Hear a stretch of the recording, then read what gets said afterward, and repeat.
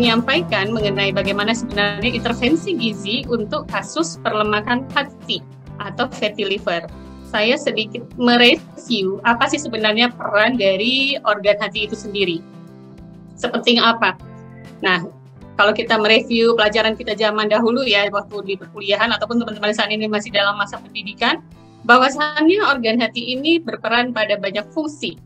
Regulasi zat terlarut yang ada dalam darah yang mempengaruhi fungsi dari organ lain, kemudian semua darah yang lewat dari usus halus, usus kecil, juga melalui hati. Nah, kemudian dia terlibat dalam penyimpanan dan metabolisme dari makronutrien seperti protein, karbohidrat, dan juga lemak. Juga dalam metabolisme mikronutrien seperti vitamin dan mineral. Termasuk juga metabolisme dan ekskresi dari obat-obatan alkohol termasuk toksin. Nah, ini kenapa kemudian multiple peran dari organ hati ini mengharuskan kita lebih berhati-hati dalam penanganan hati. Ini akan kita bahas ke depannya. Nah, mengingat pentingnya hal tersebut, kemudian kita ke salah satu topik gangguan pada hati itu sendiri, yaitu fatty liver atau perlemakan hati. Definisinya apa, teman-teman? Penumpukan trigliserida dan lemak lain di dalam sel hati. Biasanya jumlahnya lebih dari 5%. Nah, pada beberapa pasien, perlemakan hati ini dapat disertai dengan adanya inflamasi atau peradangan sampai dengan kematian sel hati atau diistilahkan steatohepatitis. Ada juga steatohepatosis ya. Kemudian, apa sih penyebabnya? Ini secara umum kita bagi beberapa kelompok. Penyebabnya adalah sindrom metabolik. Tadi kalau dibahas sebelumnya diabetes tipe 2. Nah, ini salah satu juga faktor risiko yang dapat menyebabkan perlemakan hati. Kemudian obesitas dan hipertrigliseridemia. Ada juga kelainan metabolik seperti galaktosemia, yang mana ini kelainan bawaan, kegagalan untuk mengubah galaktosa menjadi glukosa. Ada juga yang namanya homocystinuria, di mana dia kekurangan enzim untuk memecah homocysteine, dan tirosinemia yang enzimnya juga defisit untuk dapat memecah tirosin dalam kadar tertentu di dalam darah. Kemudian dia akan terjadi perusakan pada hati. Obat-obatan tertentu juga beresiko terhadap terjadinya perlemakan hati, seperti amiodaran yang kita ketahui ini obat untuk berbagai jenis aritmia, obat jantung. Ada juga tamoxifen dan metotrexat. Ini obat untuk pengobatan kanker, seperti kanker payudara, ya. Kemudian status gizi. Nah, ini status gizi kira-kira yang lebih beresiko yang mana sih? Nah, ternyata double burden itu masih beresiko semuanya, baik kelebihan berat badan maupun malnutrisi berat. Jadi bukan kemudian menjadi aman saat kita terlalu kurus ya. Nah, termasuk teman-teman yang biasa menangani pasien dengan kolaborasi medis menggunakan total parenteral nutrisi, harap juga berhati-hati karena resiko dengan overfeeding TPN, terlalu cepat pemberiannya juga beresiko terhadap hepatosteatosis ya, atau perlemakan hati. Itu kenapa monitoringnya harus ketat.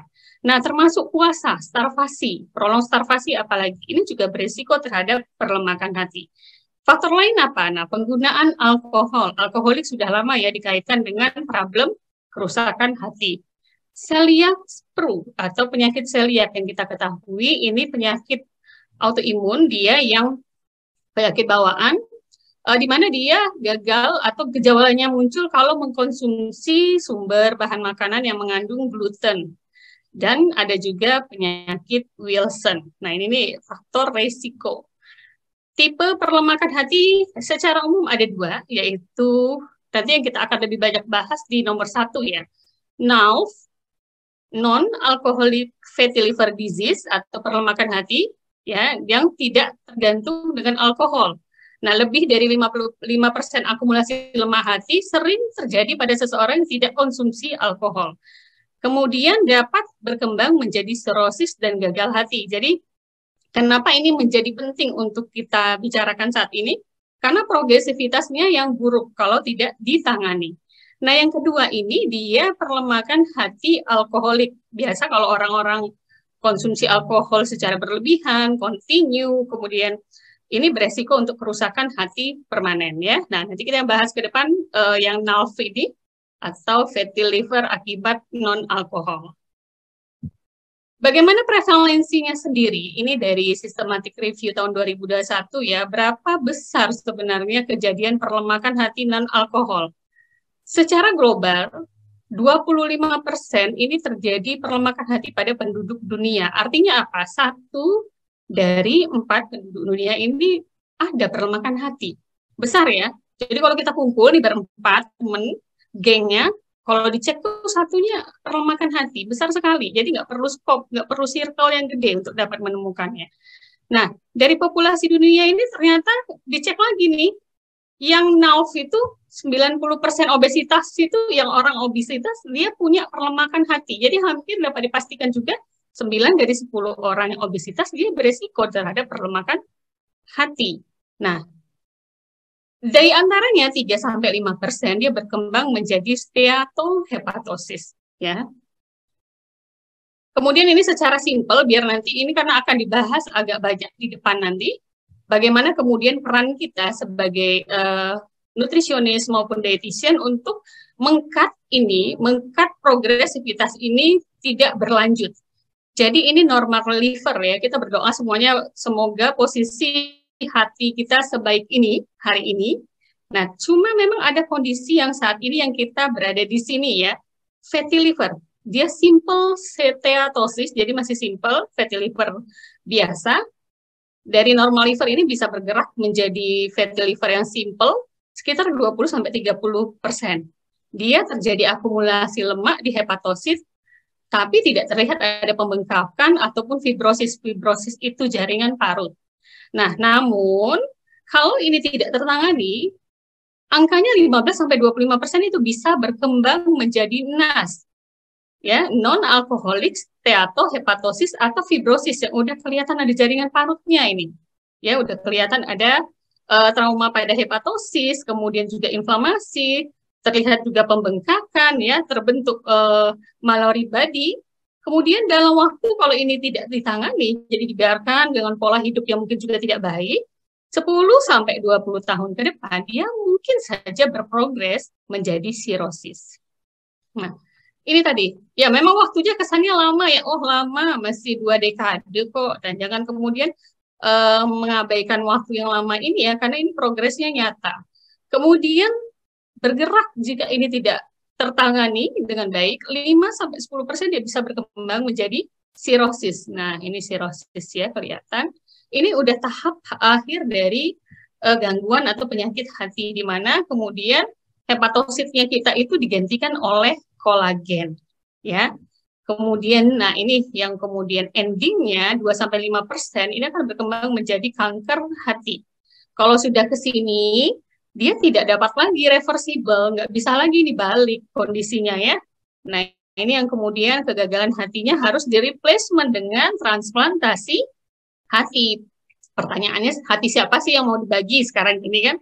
Hati-hati yang suka bagi-bagi hati ya, padahal ini susah loh, nggak tergantikan.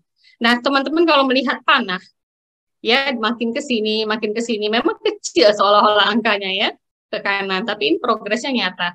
Nah, cuma ini kenapa kok panahnya yang di bawah yang warna merah itu di saat liver dia nggak comeback, tidak balik, tidak reversible ya, irreversible. Nah, di sini masih reversible, tapi memang kecil kemungkinannya. Di saat di sini masih besar kemungkinannya. Nah, di sini sebenarnya titik poin kita.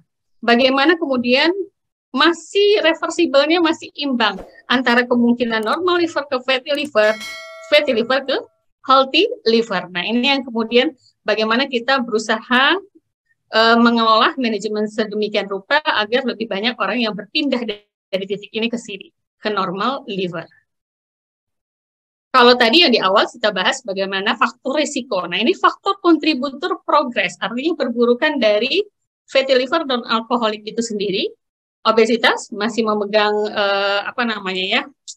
memegang wordnya, bagaimana ini menjadi problem yang cukup besar. Teman-teman mungkin bisa mulai aware dirinya sendiri, apalagi yang bergabung nutritionist dietitian, role model nyata bagi pasien ataupun klien kita. Kemudian DM tipe 2, Western type diet. Nah, ini juga makanan-makanan kita yang saat ini kekinian. Nanti kita cerita apa di Western type diet. Kemudian sedentary lifestyle, juga sleep apnea, gangguan tidur ya. Kadang kalau kita tidur itu tiba-tiba ada periode henti nafas, dia berulang saat tidur. Bahaya banget ini sebenarnya ya. Kemudian ada kondisi yang disbiosis mikroba usus. Disbiosis itu ketidakseimbangan dari mikrobiota usus. Nah, ini ternyata dia punya peran gede loh terhadap kejadian terhadap progresivitas perburukan dari perlemakan hati. Juga bagaimana sih peran dari mikrobiota di usus terhadap kejadian fatty liver ya. Nah ini, kalau kita lihat kondisi disbiosis tadi dia mempromot atau menginduksi kondisi fatty liver melalui berbagai jalur, berbagai cara ya. Nah, apa sih target terapeutik gut mikrobioma pada penanganan fatty liver? Dia mulai dari adanya probiotik, kemudian kombinasi probiotik, prebiotik, dan kombinasi keduanya menjadi simbiotik, ataupun transplantasi dari mikrobiota dari fekal.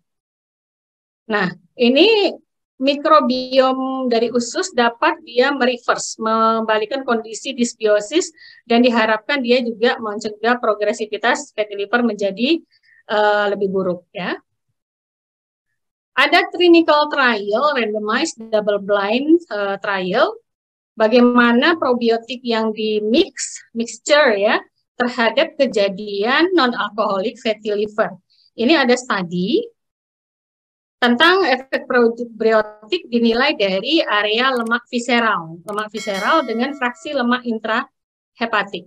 Ternyata ini pada studinya melibatkan 65 pasien yang secara acak dikelompokkan menjadi ada yang kasus, ada yang kelompok intervensi, ada kelompok yang placebo. Mereka diberikan bakteri campuran 6 spesies ya. Kemudian diberikan intervensi selama 12 minggu, dua kelompok ini satu placebo, satu intervensi. Ternyata dilihat berat badan dan total lemak tubuh berkurang pada kelompok probiotik, tapi tidak pada placebo. Jadi dia bisa menurunkan berat badannya. Kemudian fraksi IHF atau lemak intrahepatiknya berkurang setelah 12 minggu pengobatan pada kelompok probiotik dibandingkan di awal. Nah, kemudian pengurangan kadar trigliseridanya lebih besar juga pada kelompok yang diberikan perlakuan probiotik. Nah, ini kemudian dapat kita konklusikan pada riset tersebut, pengobatan terapeutik pada probiotik selama 12 minggu menghasilkan penurunan yang signifikan pada intrahepatik lemak, fraksi lemak, dan berat badan pada pasien yang fatty liver obesitas. Nah, ini mekanisme lebih kurang seperti ini ya, bagaimana kemudian probiotik dikaitkan dengan efek menguntungkan pada fatty liver. Secara umum dia menjaga saluran cerna. Jadi dikembalikan lagi kondisinya, kemudian dari bakteri usus itu menjadi eubiosis atau kondisi ya proporsinya seimbang. Yang tidak seimbang kita balikan kondisi ke eubiosis ya. Beberapa kemudian faktor inflamasi ini juga ditemukan dia menurunkan inflamasi dari usus, kemudian terlibat dalam beberapa antiinflamasi yang memperberat fatty liver ya. Nah, ini kemudian menjadi kontributor yang cukup baik bagaimana kemudian probiotik ini dapat memperbaiki dari gut mikrobiota dan kemudian kesehatan saluran cerna kita ternyata juga berefek untuk pencegahan dan progresivitas dari fatty liver. Nah, ini ada dua riset juga, dua-duanya systematic review. Satunya 2019, satunya ini 2022 ya, berarti baru ya. Nah, ini yang 2019 dulu kita lihat dari 28 clinical trial dia melibatkan sekitar 1.500-an orang, diberikan probiotik dari 4 sampai 28 minggu. Kemudian dia punya efek nih, ternyata efek menguntungkannya apa? Terhadap IMT, kemudian ALT dengan AST, SGOT dan SGPT, cuma dengan gamma glutamin, termasuk insulin. Nah, homeostasis modal assessment insulin ya. Dan total kolesterol, tetapi tidak pada gula darah puasa, profil lipid ataupun tumor necrosis factor. Nah, di sini sistematik reviewnya dia mendukung penggunaan probiotik ini lebih superior dibandingkan kalau tidak diberikan. Jadi dia lebih bagus pada pasien yang diberikan probiotik. Ya, dan mungkin menjadi hal yang menjanjikan dalam melengkapi terapeutik tadi, pendekatan terapeutik seperti diet Mediterania yang kita terapkan.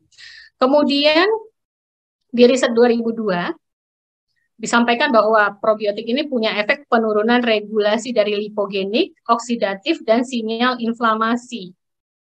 Probiotik dapat memodulasi komposisi mikrobiota usus dan produknya, serta tadi disebutkan juga ya, sama dengan riset sebelumnya, permeabilitasnya itu menjadi lebih baik usus ya.